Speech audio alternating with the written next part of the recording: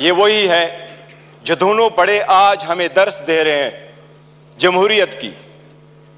नाना की सियासत वो दफन करके गया है। अभी अपने नाम के साथ भुट्टो का लफ्ज लगा कि भुट्टो नहीं बनता। नाना की सियासत कब की जा चुकी है, उनसे हिसाब मांग ले। वो हार कहां गए जो स्विस में पड़े थे?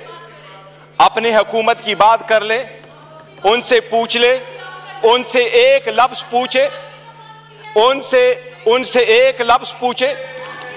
आप हुकूमत में आए, हुकूमत में आने के बाद deputy speaker, let me complete ji. Deputy speaker, let them have the courage to listen। Gohar साहब, बैरिस्टर साहब, अगर कंट्रोवर्शियल बात होगी तो ये बिला वजह माहौल आपका होगा। एक सेकंड के लिए फॉर्मर स्पीकर साहब हैं, फॉर्मर प्राइम मिनिस्टर हैं, राजा साहब का माइक खोलें प्लीज। एक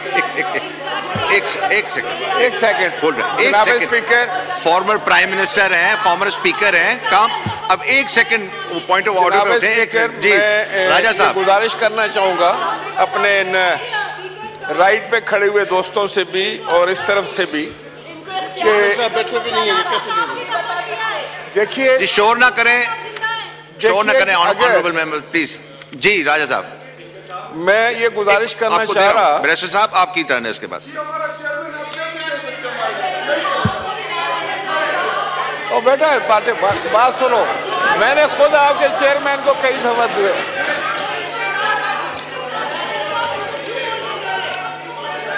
जी अगर आपने देखे इस तरीके से एडजर्न हो जाएगा, आपकी मर्जी है।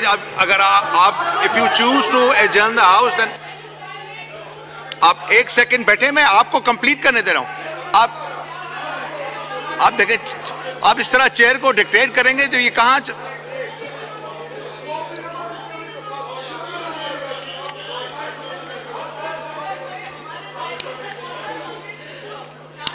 राजा साहब का माइक खोलें। राजा साहब कंप्लीट करें प्लीज, तकरीर अभी होनी है प्लीज। मैं सिर्फ ये गुजारिश करना चाह रहा था कि देखें ये पार्लिमान है और नहायत ही पढ़े लिखे और कानून से वाकिफ माहिर कानून यहाँ पर तशरीफ फरमा है, बड़े सीनियर साथी। अगर हमने माहौल को इस तरह चलाना है तो क्या हम में से कोई भी ये समझेगा कि जिस मकसद के लिए हम आए हैं वो हम पूरा कर सकेंगे, या अपना तमाशा हम दुनिया को दिखा रहे हैं? मेरे भाई हैं, सब हम एक ही हैं, एक ही सोसाइटी के लोग हैं, हम सारे एक बरादरी के साथ ताल्लुक़ रखते हैं, हम सियासतदान हैं। तो हमें, मैं समझता हूँ कि अब काफ़ी हो चुका है, पुलों के नीचे से बहुत पानी गुजर चुका है, हमने अपना बहुत नुकसान कर लिया है। अब भी अगर आप चाहते हैं कि कुछ बचा है, जो रह गया है, उसका अगर आपने करना है कि जातियात पर हमले करके, एक दूसरे को अंगेख्त करके, एक दूसरे को प्रोवोक करके, तो फिर क्या आप ये चाहेंगे कि एक खैर यार तुम्हारा लीडर भी है, सुनो मेरी बात सुनो। मैं आपको ये बताना चाहता हूं कि अगर आप किसी के लीडर के बारे में गलत बात करेंगे तो आपके लीडर को भी कोई नहीं बख्शेगा। तो मेहरबानी फरमा के बाबा देखें, मैं चेयरमैन साहब आपसे ये गुजारिश करूंगा, आप पढ़े लिखे आदमी हैं, आप अपने इन दोस्तों को जो पहली दफा आए हैं इनको थोड़ा सा ट्रेंड करें, इनको सलीका सिखाएं, बात करने का तरीका सिखाएं। सिर्फ ये गलत बात है कि आप अटैक कर देंगे किसी पर, तो क्या इधर से फिर अटैक होगा? फिर ये कंपनी मुझे चलने वाली नजर नहीं आ रही है, सच्ची बात। जी ऑनरेबल बैरिस्टर साहब, मैं यही पॉइंट आउट कर रहा था। हमें तो दर्स देते हैं अपने गिरेबानों में जाके। क्या पहली हुकूमत लेके PDM 1 जब हुकूमत आई, उसी को लेके विद इन अ मंथ नेब का कानून चेंज करवा के 50 अरब रुपए के केसेस माफ नहीं करवाए? It's a ground reality, it's a ground reality deputy speaker, it's a ground reality. क्या ये कह सकते हैं कि अगर इसको इतना ही घुमंड है जमहूरियत पे, हकूक पे, तो एक लफ्ज बताए जब हमारी औरतें जेल गई हैं एक लफ्ज उन्होंने कंडेम करके बोला है?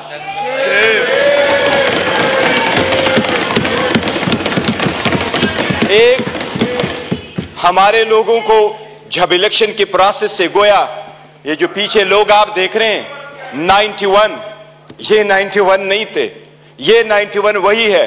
दे वर टू बिग टू रिग, इसलिए नहीं छोड़ सके थे। ये तो हमें 30 भी नहीं दे रहे थे।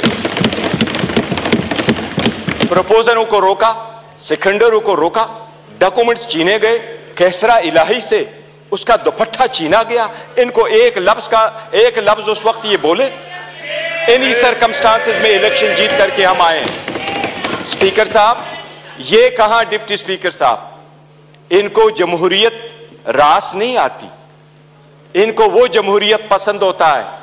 शहबाज शरीफ साहब कैसे कहते रहे, ये एक दूसरे को मफादात के टक्कर में इकट्ठे होते हैं, इसलिए ये पावर शेयरिंग पर बिलीव करते। इमरान अहमद खान नियाजी अवामी सियासत पे बिलीव करता है, पावर शेयरिंग पे नहीं करते। क्या शहबाज शरीफ ने मलक कयूम को फोन करके कन्विक्शन नहीं करवाई थी? कितने अदब के साथ अभी कह रहे इकट्ठे बैठ के। आज इन्होंने सारे एक डाइनिंग टेबल पे बैठने वाले लोगों में इतने ओहदे नहीं बांटे। ये इमरान खान है, जिस वक्त आपके पास डेमोक्रेसी आएगी, जिसने मोरूसी सियासत को खत्म किया, मेरे जैसा वर्कर चेयरमैन पीटीआई की हैसियत से इस वक्त खड़ा है। इस ईवान का pride of parliament Umar Khan साहब है। Pride of parliament Umar Khan, जिसके पास शायद ज्यादा वोट तो नहीं आए, he couldn't get most of the vote, but he was the candidate with most credibility, alhamdulillah। हमारा शेर मुल्तान को स्पीकर मुकर्रर किया, और फर्जंदे मलकन को इमरान खान साहब ने डिप्टी स्पीकर मुकर्रर किया। इनसे पूछे कोई ओहदा किसी को और देंगे क्या? पीपल्स पार्टी में कोई भी और बंदा नहीं है सदारत के लिए कि जरदारी को आप देते हैं? योर ऑनर, डेमोक्रेसी ऐसी नहीं है। डेमोक्रेसी ऐसी नहीं है कि बकेन के दरख्त लगाए और आड़ू की पौधे का फिर आप तस्वर रखे कि आड़ू मिलेंगे। ये बकेन के दरख्त है, अवाम से इनके कोई उम्मीद नहीं है कि इनको आड़ू मिलेगा। योर ऑनर, हमें एहसास करना होगा ये जाती मुफादात में आते हैं। कितने फ्राइडली कह रहा है कि सबसे कम उम्र इनके तरफ है और सबसे बूढ़े भी इनके तरफ बैठे हैं। जमहूरियत में potential ability in talent matter करता है, जो आपको इस तरफ मिलेगा। यही रीजन है कि हम में से इमरान खान का कोई भाई बहन भांजा भतीजा इस वक्त नहीं बैठा, लेकिन हमें जान से अजीज है और हमारे 100 इनके 200 पे बारी है। यही वो डेमोक्रेसी थी मिस्टर डिप्टी स्पीकर। जो लोग हमारे साथ आजाद हुए वो हमसे आगे बढ़े, जो हमारे बाद आजाद हुए वो हमें पीछे छोड़ के गए। जब पाकिस्तान का नाम ले लो, दुनिया के लोएस्ट क्रेडिबिलिटी में आता है। रूल ऑफ लॉ में हम सिर्फ अफगानिस्तान और म्यांमार से आगे, बाकी पूरी दुनिया से पीछे। हम गुर्बत में 37% गुर्बत से नीचे, नेशनल पॉवर्टी लाइन में 21% नीचे। हम कैसे आगे तरक्की करेंगे? बाकी गैस, पेट्रोल, बिजली तो दूर की बात, आपको पानी मुयस्सर नहीं है। ये इन लोगों की 4 दहाइयों की कसम रहा है जो अवाम को दिया है। इसलिए अवाम ने समझ करके इनको रिजेक्ट कर दिया है। एमकेएम वाले वो साथ बैठे थे। मुझे हमेशा से 2 पार्टियां अदरवाइज पसंद हुआ करती थी। एक जमात इस्लामी, जिसमें फिर भी जमहूरियत है, दूसरा एमकेएम, जिसमें मुतवस्सित तबके के लोग शामिल होते थे। लेकिन इस मर्तबा वो भी टिकट लेने वालों के लाइन में लग गए और अपने वसूली की सौदाबाजी की। इनके 15 सीटें बैठ करके दिखाता हूं, 1 2 3 15 सीटें हमारी कराची में उन्होंने ली है, 2 सीट हैदराबाद में ली है। यही वो 15 सीटें जो उनको कहा क्या बेहतर होता अगर ये ओहदे के पीछे न जाते, असूल पे चढ़ते और ये छोड़ जाते, क्या फर्क पड़ता? इनके पास अब ये ना होता। जनाब स्पीकर, अगर आगे चलना है तो कुछ बेसिक वसूल पूरे दुनिया में होते हैं। पहला वसूल ये, आपके सामने वो साइफर का जिक्र कर रहा है।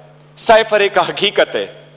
इमरान खान साहब ने जिस वक्त ये उठाया है, वो लोग जो मुल्क को साजिश करा कि हुकूमत खत्म करने में, उनका ट्रायल होना चाहिए बजाय उसकी जिसकी आपने हुकूमत खत्म किया और उसको ट्रायल भी करवाया। जनाब स्पीकर, कितने गौर से कहते हैं कि इलेक्शन फ्री, फेयर और ट्रांसपेरेंट होना चाहिए। आप उस हुकूमत का हिस्सा थे deputy speaker.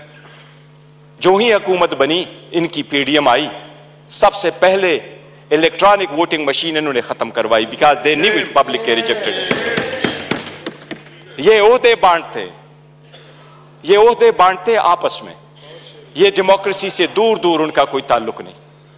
Speaker, deputy speaker, अगर हमने आगे जाना है, बढ़ना है, तो उसके मिनिमम कुछ वसूल होते हैं।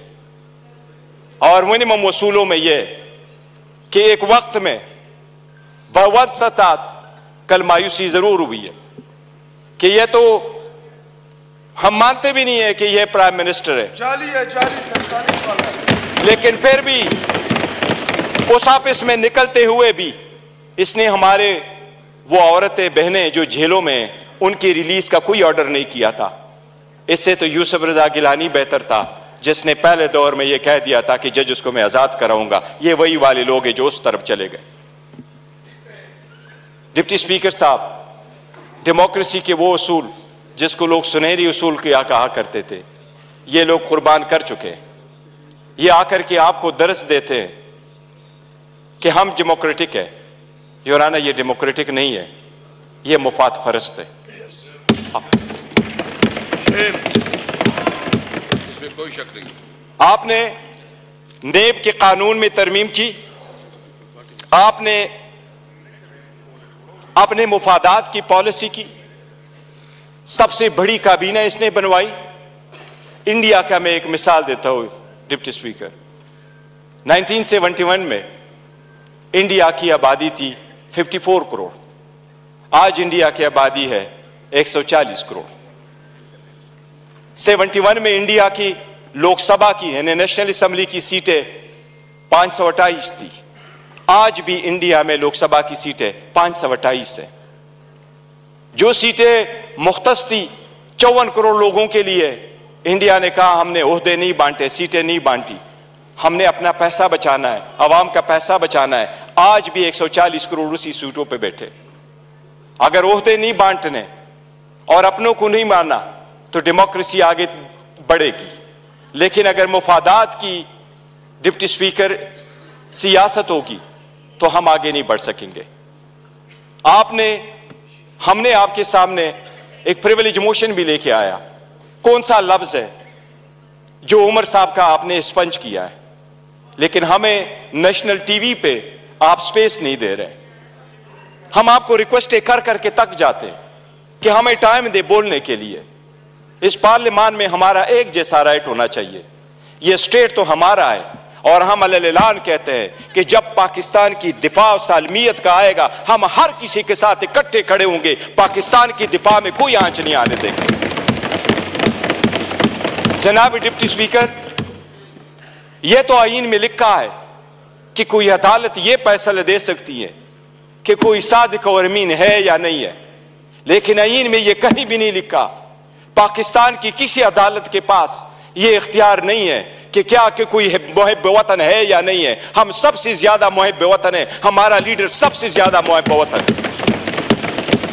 इसलिए अगर आगे चलना है, आज 4 दिन हो गए, हर मर्तबा हमारी ब्लैकआउट किया जाता है। इमरान खान साहब की आवाज पे पाबंदी है। बानी चेयरमैन बेलो, वो बोलना है तो बोल दे, नाम नहीं ले सकते। क्यों? जो इस वक्त दुनिया के सबसे पॉपुलर लीडर है, उसके मरहूनी मिन्नती हम सारे बैठे हैं। अगर आप सरकार यह कोई करती है कि बलूचिस्तान के लोगों के लिए तो यह हो कि हम उसको मेन स्ट्रीम में लेके आए, लेकिन हमें इस पार्लियामेंट में होते हुए भी हमें यह नहीं माना जाता कि हम और ये एक जैसे एक किस्म का राइट है, तो यह चलना मुश्किल हो जाएगा। डिप्टी स्पीकर साहब, आपसे इल्तिजा है कि इस मर्तबा जो हमारे प्रिविलेज मोशन आपके पास आए हैं, हमें इक्वल टाइम दे।